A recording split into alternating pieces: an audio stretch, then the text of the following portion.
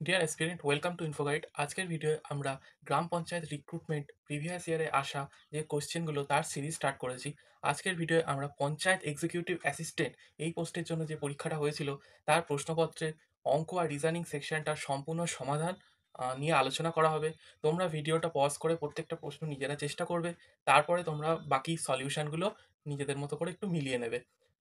তো চলো স্টার্ট করা যাক। আজকের প্রথম প্রশ্ন, a father can do job as fast as to sons working together.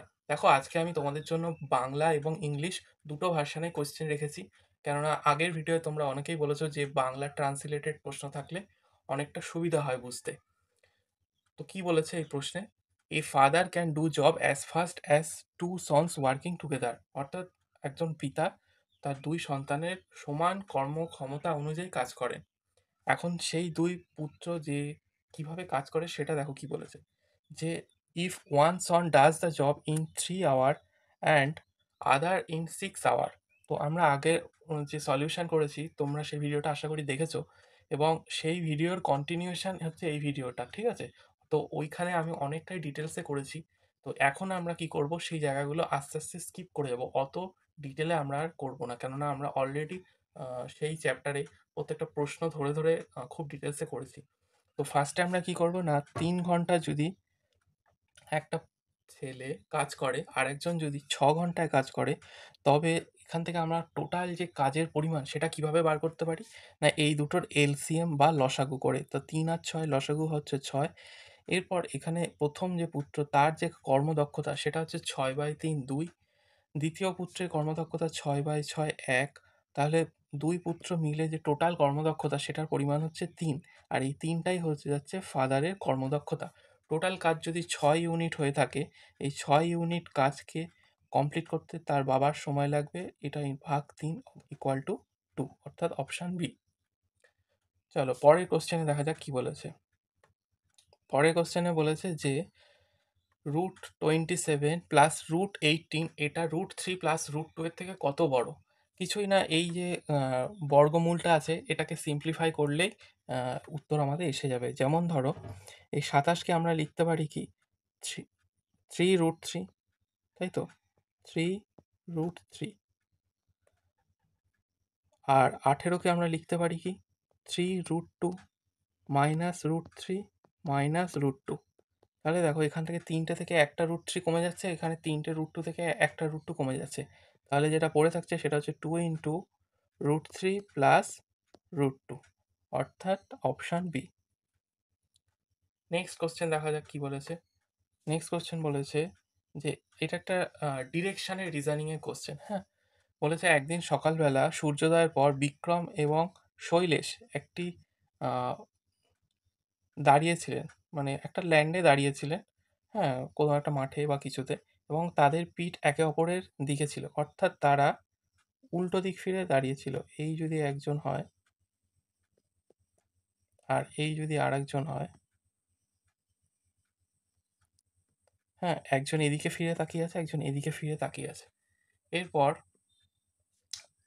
কি বলেছে না, তাদের বিক্রমের ছায়া বাম দিকে পড়লো, শৈলেশ কোন দিকে দেখছিল। আচ্ছা, এটা যদি বিক্রম ধরি আর এটা যদি শৈলেশ ধরি, বিক্রমের ছায়া যদি বাম দিকে পড়ে, অর্থাৎ এটা যদি বিক্রমের হাত মনে করি, তাহলে এদিকে যদি ছায়া পড়ে, অর্থাৎ আমার স্ক্রিনের, ধরো ডান হাতটা স্ক্রিনের ভেতরে আছে আর বাম হাতটা স্ক্রিন থেকে উপরের দিকে উঠে আছে, তাহলে নিশ্চয়ই যেদিকে সূর্য থাকে তার উল্টো দিকে ছায়া পড়ছে। তার মানে এই যে বিক্রমের ডান হাতটা নিশ্চয়ই পূর্ব দিক, আর বাম হাতটা যেটা নিশ্চয়ই পশ্চিম দিক। এখন শৈলেশ কোন দিকে দেখছিল এটা যদি জানতে হয়, তাহলে দেখো, এটা ইস্ট পেয়ে গেছি, এটা ওয়েস্ট পেয়ে গেছি, তাহলে নিশ্চয়ই এই দিকটা নর্থ আর এই দিকটা নিশ্চয়ই সাউথ, অর্থাৎ এখানে শৈলেশ কোন দিকে তাকিয়ে আছে, সাউথের দিকে তাকিয়ে আছে। ঠিক আছে, চলো নেক্সট কোশ্চেন কি বলেছে দেখা যাক। Every angle of a regular hexagon is. দেখো, রেগুলার হেক্সাগন মানে হচ্ছে এই যে ষড়ভুজের কথা বলেছে। এই ষড়ভুজের একটা বহিঃকোণের মান আমরা বার করতে পারি 360 ডিগ্রি বাই নাম্বার অফ বাহু, যেটা আর কি, হ্যাঁ। এবার 360 ডিভাইড বাই 6 বলেছে, তার মানে এক একটা 60 ডিগ্রি করে। তাহলে এক একটা বহিঃকোণ যদি 60 ডিগ্রি করে হয়, তাহলে এক একটা অন্তঃকোণ কত ডিগ্রি করে হবে? 180 degree minus 60 degree equal to 120 degree. ঠিক আছে? নেক্সট কোশ্চেন দেখি কি বলেছে, if a sum of money doubles itself in 8 years then the interest rate in percentage is. একটা টাকার অ্যামাউন্ট যেটা কিনা 8 বছরে দ্বিগুণ হচ্ছে। ঠিক আছে? তাহলে দেখো আমরা কি জানি, সেই পিআরটি বাই 100, হ্যাঁ, এটা ইকুয়াল টু ইন্টারেস্ট। টাকা যখন দ্বিগুণ হচ্ছে তার মানে এই প্রিন্সিপালটা হয়ে যাচ্ছে টোটাল গিয়ে 2p, তার মানে আলটিমেটলি আমরা যে ইন্টারেস্টটা পাচ্ছি সেটা হচ্ছে p। আর এখানে দেখো টাইম বলে দিয়েছে 8 বছর, তাহলে আর ইন্টু 8/100 ইকুয়াল টু 1। তাহলে আর ইকুয়াল টু 100/8, অর্থাৎ 4×25 = 100, 4×2 = 8, 25/2 মানে 12.5%, অর্থাৎ অপশান ডি আমাদের কারেক্ট হয়ে গেল। নেক্সট অঙ্ক দেখা যাক কি বলেছে, যে find the odd one out. দেখো এখানে কোনটা হচ্ছে আলাদা, এখানে স্কোয়ার বলেছে, সার্কেল বলেছে, প্যারালেলোগ্রাম, রেক্ট্যাঙ্গেল, অর্থাৎ এখানে দেখো সবগুলোই হচ্ছে প্যারালেলোগ্রাম, মানে চারটে নির্দিষ্ট বাহু দ্বারা গঠিত একটা সমতলিক চিত্র পাচ্ছি। কিন্তু একমাত্র সার্কেল যেটা দেখো, এটা কিন্তু কোনো বাহু নেই, এটা একটা আলাদা শেপ, তাই না? তো এখান থেকে যেটা অড হয়ে যাচ্ছে সেটা হচ্ছে আমাদের সার্কেল। নেক্সট দেখো কি বলা আছে, in a school there are 1000 students, 40% of them are girls. আচ্ছা, আগে 1000 স্টুডেন্ট বলেছে লিখে নিলাম, তার 40% বার করতে হবে, তার মানে এখান থেকে 40% মানে 400 জন। তাহলে বয়েজ কত আছে বাকি জন, সেটার পরিমাণ কত না 600। এবার কি বলেছে, monthly fees of each boys is 400 and fees of each girl is 25% less. অর্থাৎ ফার্স্টে আমরা এটা গার্লস পেয়ে গেছি আর এই দিকটা বয়েজ, হ্যাঁ। এবার বয়েজের হচ্ছে যদি 400 হয়, আর তাহলে গার্লসের কত, 400 ইন্টু 25% লেস, তার মানে 100 মাইনাস 25%, দ্যাট ইজ 75/100। তাহলে 0 0 0 0 কেটে গেল, 4 × 5 0, হাতে 2, তার সাথে 28 আর 2 30, তাহলে 300 হচ্ছে। তাহলে এটা ইন্টু 300 করবো আমরা, দিয়ে কি করব, এই দুটোকে অ্যাড করে দেবো, কেননা আমাদের সাম অফ দ্য ফিজ জানতে চেয়েছে। তাহলে এখানে কত হচ্ছে, 12, তার পিঠে 4টে শূন্য, আর একটা হচ্ছে 24, তার পিঠেও 4টে শূন্য, অর্থাৎ টোটাল আমাদের যেটা আসছে 36, হ্যাঁ, 36,000।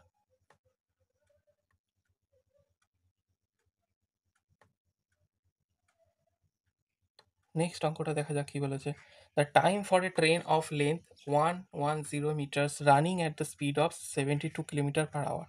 দেখো 72 কিলোমিটার/আওয়ার যেটা আছে সেই ইউনিটটাকে আমরা কি করব, মিটার পার সেকেন্ডে কনভার্ট করে নেবো। তার জন্য আমাদের কি করতে হবে, 72 এর সাথে 5/18 দিয়ে গুণ করে নিতে হবে।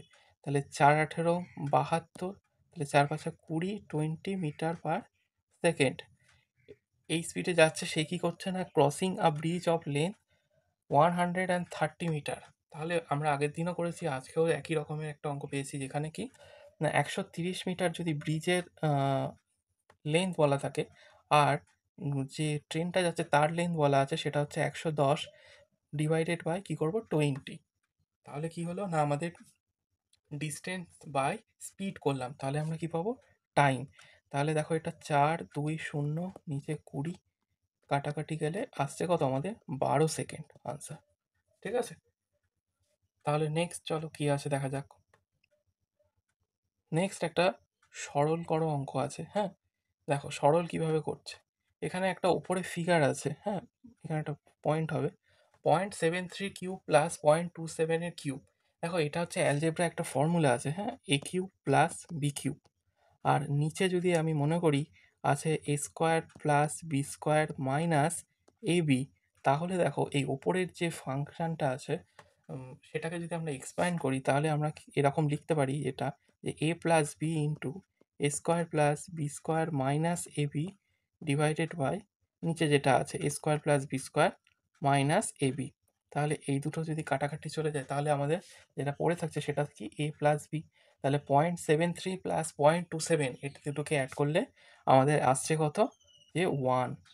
তাহলে বোঝা গেল যে এত জটিল একটা সরলের যে সংখ্যাগুলো আছে সেটা আসলে একটা অ্যালজেব্রার একটা শর্ট ফর্ম। ঠিক আছে? তো অ্যালজেব্রায় যে সমস্ত সূত্রগুলো আছে সেগুলো তোমরা চেষ্টা করবে মনে রাখার এক্সাম পারপাসে। নেক্সট দেখা যাক কি বলেছে। নেক্সট হচ্ছে রেশিও অ্যান্ড প্রপোর্শন চ্যাপ্টারের একটা অঙ্ক। বলেছে a by b equal to 2/3, আর বলা আছে b by c equal to 6/7। তাহলে a ইস টু সি জানতে চেয়েছে। দেখো এইটা আর এইটা যদি গুণ করে দিই তাহলে কি আসছে, A B by BC equal to 12/21। এখানে বি বি কেটে গেল, আর 3 4 12, 3 7 21, অর্থাৎ 4:7 আমাদের এসে গেল এ ইস টু সি এর ভ্যালু, অর্থাৎ অপশান ডি। নেক্সট দেখা যাক কি বলেছে। ইফ, দেখো এখানে একটা রিজনিংয়ের অঙ্ক প্লাস হচ্ছে ম্যাথের সিম্পলিফিকেশান। আমাদের এই জিনিসটাকে কি করতে হবে, কনভার্ট করে নিতে হবে এখানে যেমন যেমন বলা আছে। ঠিক আছে? এখানে যে ভাগ সাইনটা আছে তাকে বলছে সেটা আসলে মাল্টিপ্লিকেশান। তাহলে আমাদের এই যে ফিগারটা দেওয়া আছে 16 3 4 2 4, এখানে 2/4 যেটা আছে সেটা আসলে গুণ, এখানে 4-2 যেটা আছে সেটা আসলে ভাগ, আর এখানে যোগ যেটা দেওয়া আছে সেটা দেখো এখানে বলা আছে যোগ আসলে বিয়োগ, তাহলে 3 - 4। আর এখানে গুণ যেটা দেওয়া আছে, গুণকে এখানে কি বলা আছে না, তাহলে এখানে দেখো গুণ ফর অ্যাডিশন বলা আছে। এবার এখানে দেখো ভাগের কাজটা আগে করতে হয় বদমাস রুল অনুযায়ী। তাহলে এখান থেকে 4/2 করলে এসে যাচ্ছে -2 গুণ 4 প্লাস 3 16। আবার এখানে দেখো ভাগের পরে আমরা কি করব, গুণের কাজ। তাহলে 4 2 8, তাহলে এখানে -8 এলো, এখানে 16 আছে, তার মানে 16 - 8 মানে 8, তার সাথে 3 যোগ করতে হবে, তাহলে এলো কত আমাদের 11। ঠিক আছে? তাহলে এটা হচ্ছে রিজনিং আর সিম্পলিফিকেশান মিক্সড করে একটা অঙ্ক, যেখানে এইভাবে ট্রান্সফর্ম করে নিতে হবে বা পরিবর্তন করে নিতে হবে কাকে, না দিয়ে দেওয়া যে আমাদের সরলটা থাকবে সেটাকে যেমন যেমন নির্দেশ থাকবে তেমন তেমন পাল্টে নিতে হবে। নেক্সট দেখো কি বলেছে, a cloth merchant has announced 25% rebate. দেখো এখানে বলেছে যে একজন কাপড় ব্যবসায়ী 25% ছাড় দেবে যদি কি হয় না 40 টাকা ছাড়ের প্রয়োজন হয়, তবে কত মিটার কাপড় ক্রয় করতে হবে। If one needs to have a rebate of 40, then how many metre of clothing 32 per metre he should purchase. তাহলে 25% রিবেট দেবে। 25% রিবেট এর অর্থ হচ্ছে যে কেউ যদি 4 টাকা অ্যামাউন্টের কাপড় কেনে তবে সে 1 টাকার ছাড় পাবে। আমরা কি করলাম 25%টাকে, হ্যাঁ, রেশিওতে নিয়ে নিলাম, 25/100 কাটাকাটি করলে 1-এর 4, সেই 4, এই 4 টাকার কাপড় কিনলে 1 টাকা হচ্ছে সে ছাড় পাচ্ছে। যদি 40 টাকার ছাড় পেতে হয় তাহলে কত টাকার কাপড় কিনতে হবে, নিশ্চয়ই 4 × 40, অর্থাৎ 160। এরপর বলা আছে কি, যে how many metres of clothing 32 per metre, তার মানে 32 টাকা করে পার মিটার যদি কাপড় হয়ে থাকে, হ্যাঁ, তাহলে কত মিটার কাপড় কিনতে হবে। আমরা তো এটা প্রাইস বার করলাম যে আমাদের 160 টাকার কাপড় কিনতে হবে, তাহলে 32 টাকা করে যদি মিটার হয়, তাহলে 160/32 যদি আমরা করি, তাহলে দেখো 16 দিয়ে কাটা যাচ্ছে, 16 × 2 = 32, উপরে 10, তার মানে 5 মিটার তাকে কাপড় কিনতে হবে, সেই কাপড়ের দাম 160 টাকা। বোঝা গেল? বেশ, তাহলে নেক্সট অঙ্ক দেখা যাক। A profit of 960 is divided between A and B in the ratio 1:2, the difference of their profit। দেখো এ আর বি যে অনুপাতে প্রফিটটা পাচ্ছে সেটা কত বলা আছে, 1:2। তাহলে এই যে রেশিও ডিফারেন্স কত, 1, আর টোটাল যে প্রফিট অ্যামাউন্ট, হ্যাঁ, সেটার ভ্যালু কত, 960। তাহলে এইটাকে ডিস্ট্রিবিউট করা হচ্ছে, তাহলে টোটাল ভ্যালু হচ্ছে, দেখো এই 1 + 2 যেটা সেটাকে আমি ভাবতে পারি টোটাল ভ্যালু, অর্থাৎ 3-এর ভ্যালু হচ্ছে 960, তাহলে 1-এর ভ্যালু হচ্ছে 320, তার মানে তাদের যে ডিফারেন্স প্রফিটের সেটা আসলে 320, অপশান সি। নেক্সট অঙ্ক দেখা যাক কি বলা আছে। যে the average monthly salary of 19 members of A group is 16,000, ঠিক আছে, 16,000 টাকা। একটা দলের 19 জন সদস্যের গড় মাসিক বেতন 16,000 টাকা। যদি আরও একজন সদস্য যার মাসিক বেতন 20,000 টাকা দলে যোগ দেন, তবে দলের গড় বেতন কত হবে? দেখো, বাইরে থেকে একজন আসছে, এসে কি হচ্ছে, এই 19 জন সদস্যের মধ্যে জুড়ে যাচ্ছে, ঠিক আছে, এবং তার ফলে কি হচ্ছে, গড় যে বেতন সেটা বেড়ে যাচ্ছে। তাহলে একটা জিনিস খেয়াল করে দেখো, আজকে আমরা ডেভিয়েশন দিয়ে করবো, আগের দিন আমরা নর্মাল মেথড করেছি, আজকে আমরা ডেভিয়েশন মেথড দিয়ে করবো। তাহলে 19 জন যখন ছিল তখন তাদের গড় বেতন ছিল 16,000।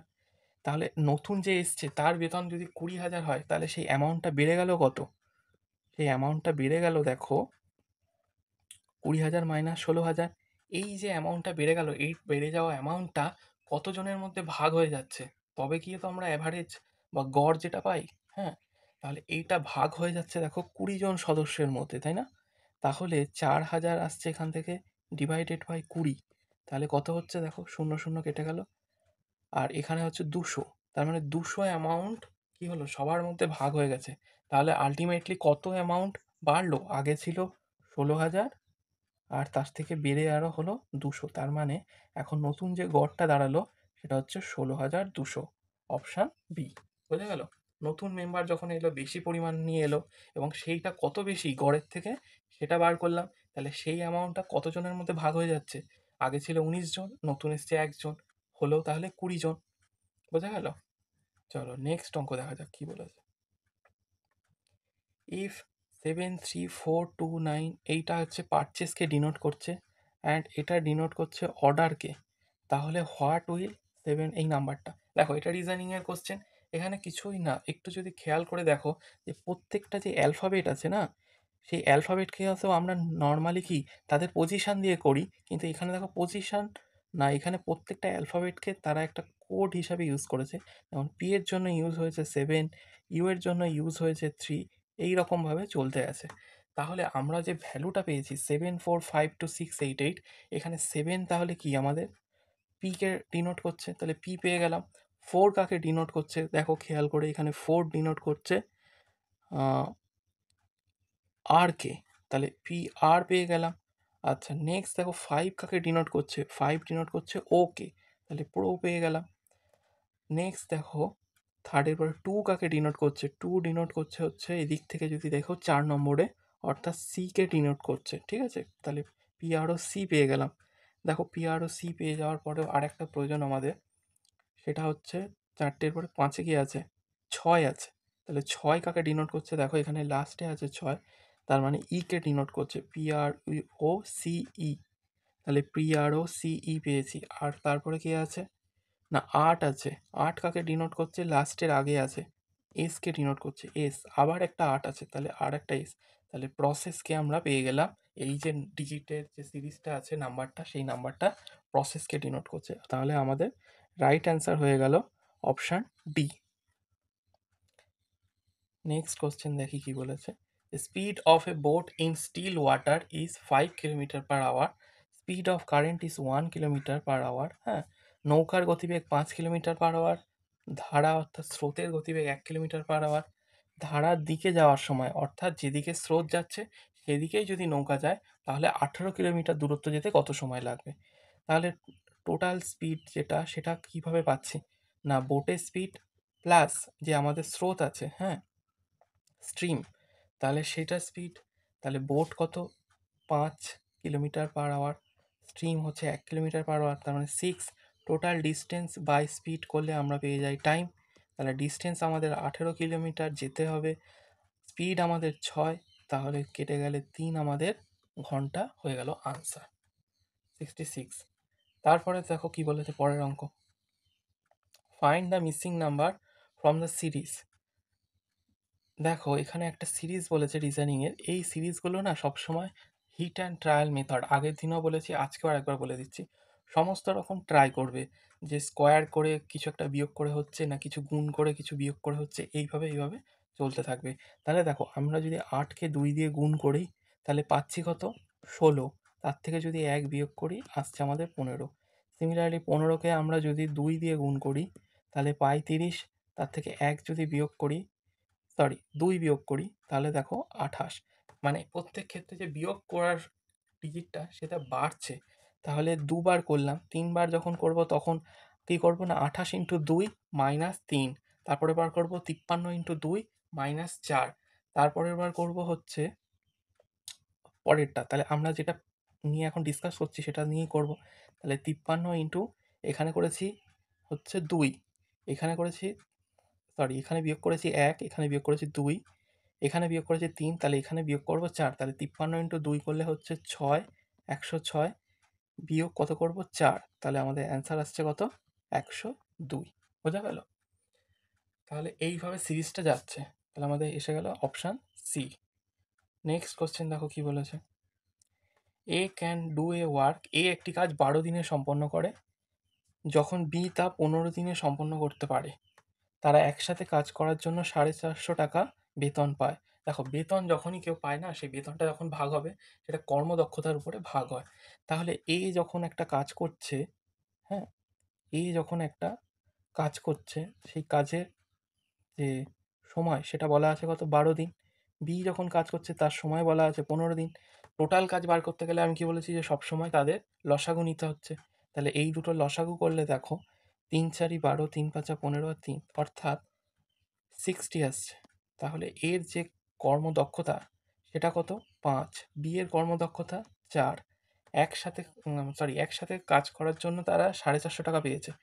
তাহলে এই যে 9 ইউনিট তাদের যে টোটাল কর্মদক্ষতা 9 ইউনিট, 5 যোগ 4, সেই 9 ইউনিটের ইকুইভ্যালেন্ট হচ্ছে 450 টাকা।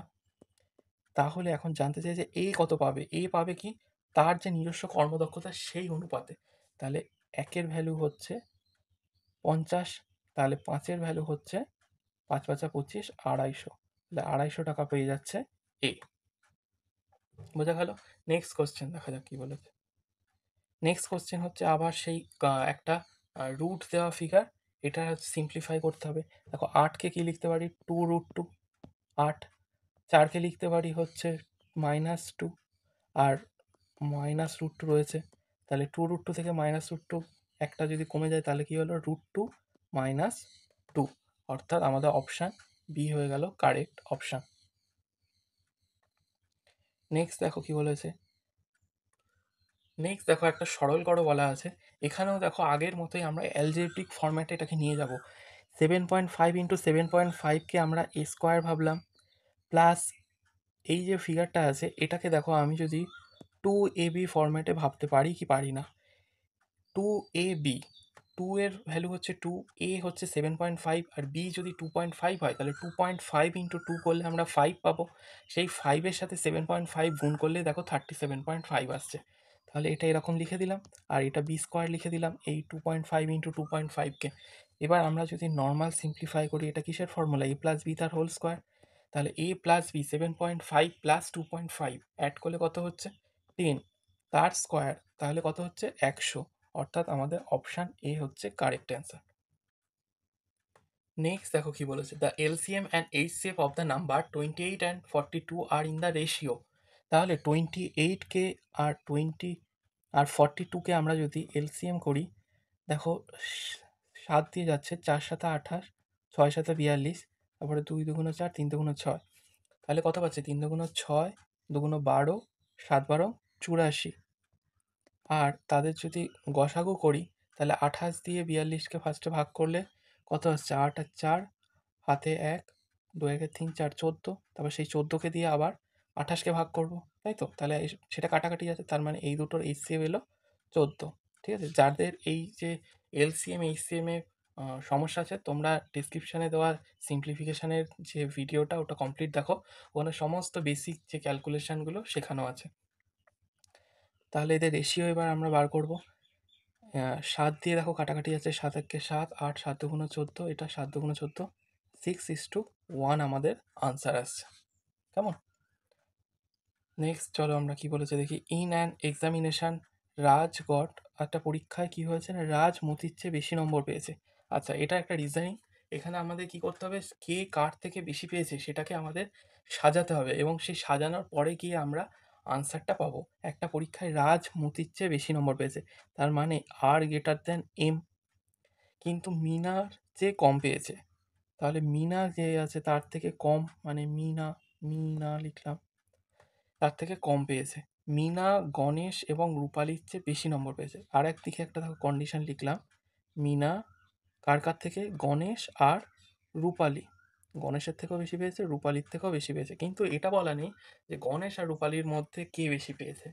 তাহলে দেখো একটা কন্ডিশন লাস্টে বলেছে গণেশ মতির চেয়ে কম নাম্বার পেয়েছে, আবার একটা কন্ডিশন গণেশ মতির চেয়ে কম নাম্বার পেয়েছে।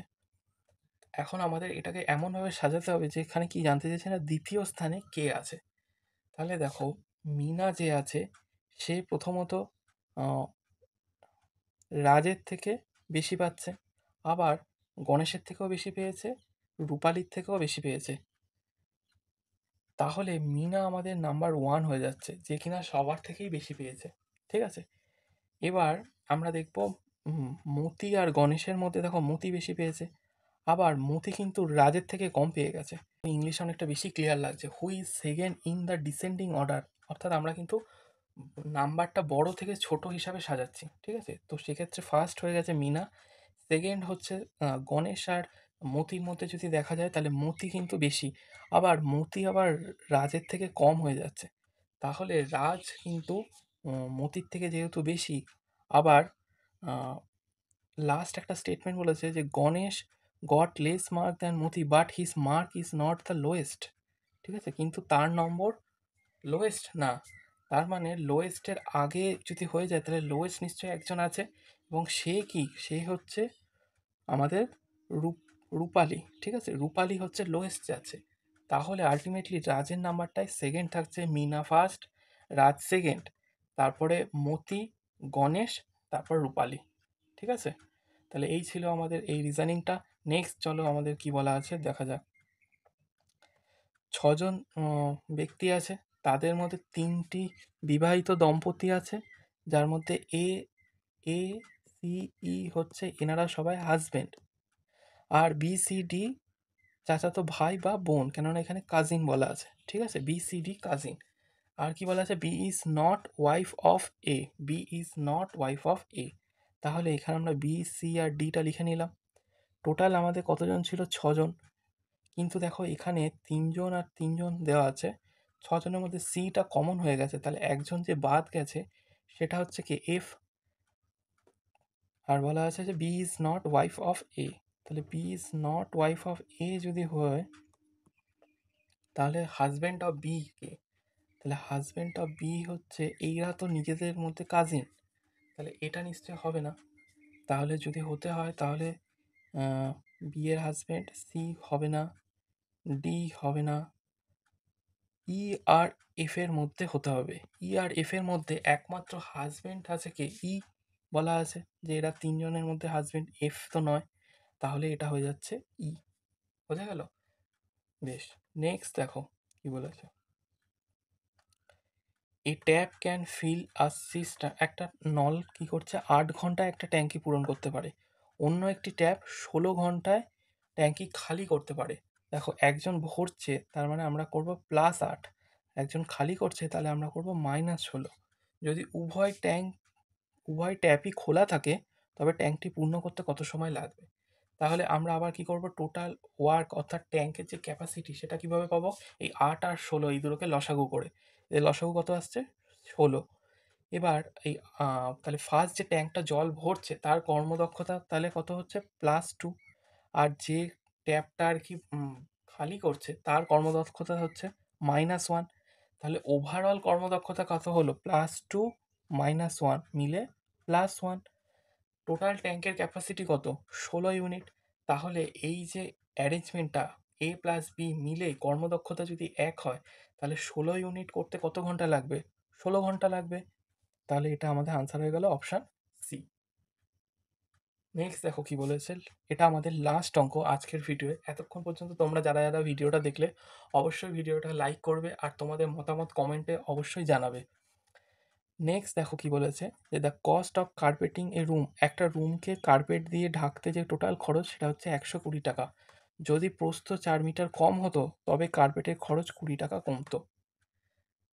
ঘরের প্রস্থ কত মিটার, দেখো একটা ঘরে যখন মেঝেতে কার্পেট দেওয়া হচ্ছে না, সেই কার্পেটটা দেওয়া হচ্ছে আল্টিমেটলি কিসে? মেঝের যে ক্ষেত্রফল। তাহলে ক্ষেত্রফলের দৈর্ঘ্য যদি x হয়, প্রস্থ যদি y হয়, তাহলে এই xy যে ক্ষেত্রফল, সেইখানে যে আমি কার্পেটটা দিচ্ছি তার জন্য খরচ হয়েছে। ঠিক আছে? সেটা কত? ৳১২০ এখন প্রশ্নে বলেছে যে আমার যদি প্রস্থ ৪ মিটার কম হতো, তার মানে টা ই থাকলেও প্রস্থ যেটা y-4 হলো, তাহলে আমার ৳২০ খরচ কম হতো। তার মানে হতো কত খরচ? ৳১০০। এবার এই দুটোকে আমরা যদি ভাগ করে দিই, ইকুয়েশন ভাবো এই দুটোকে, এই দুটো ইকুয়েশন। তাহলে এটা সমান, সমান সাইন হয়ে গেল, ইকুয়েশন আমরা জানি সমান, সমান সাইন দিতে হয়। তাহলে এটা আমরা যদি ইকুয়েশন ভাবি, আচ্ছা এখানে যে কস্ট একটা থাকবে সেটা আমরা কে যদি ভাবি কনস্ট্যান্ট, সেই কে কেটে যাবে। ঠিক আছে? তাহলে দেখো এখন তাহলে কেটে যাচ্ছে, এই দুটোকে ভাগ করে দিয়েছি, হ্যাঁ? তাহলে কেটে গেছে। আর এদিক থেকে 0, 0 কেটে গেল। এটা ৬ হলো, এটা ৫ হলো। তাহলে 5y = 6y - 24। তাহলে এই 5y টা ওদিকে নিয়ে গেলে y হলো, আর 24 টাকে এদিকে নিয়ে এলে 24। তার মানে y এর ভ্যালু 24, আর y কে আমরা কি ধরেছিলাম? এই যে মেঝেটার প্রস্থ। তাহলে আমাদের আনসার এসে গেল 24। ঠিক আছে? তো আজকের ভিডিও এই পর্যন্ত। আশা করি তোমাদের এই ভিডিওটা অনেকটা হেল্প হয়েছে। এর পরবর্তীতে গ্রাম পঞ্চায়েতে অন্যান্য যে সমস্ত পোস্ট আছে তাদের ভিডিওসগুলো আসবে। আর ভিডিওটা ভালো লাগলে অবশ্যই লাইক আর বন্ধুদের সাথে শেয়ার করতে ভুলবে না। দেখা হচ্ছে পরের ভিডিওতে। Stay tune, keep learning.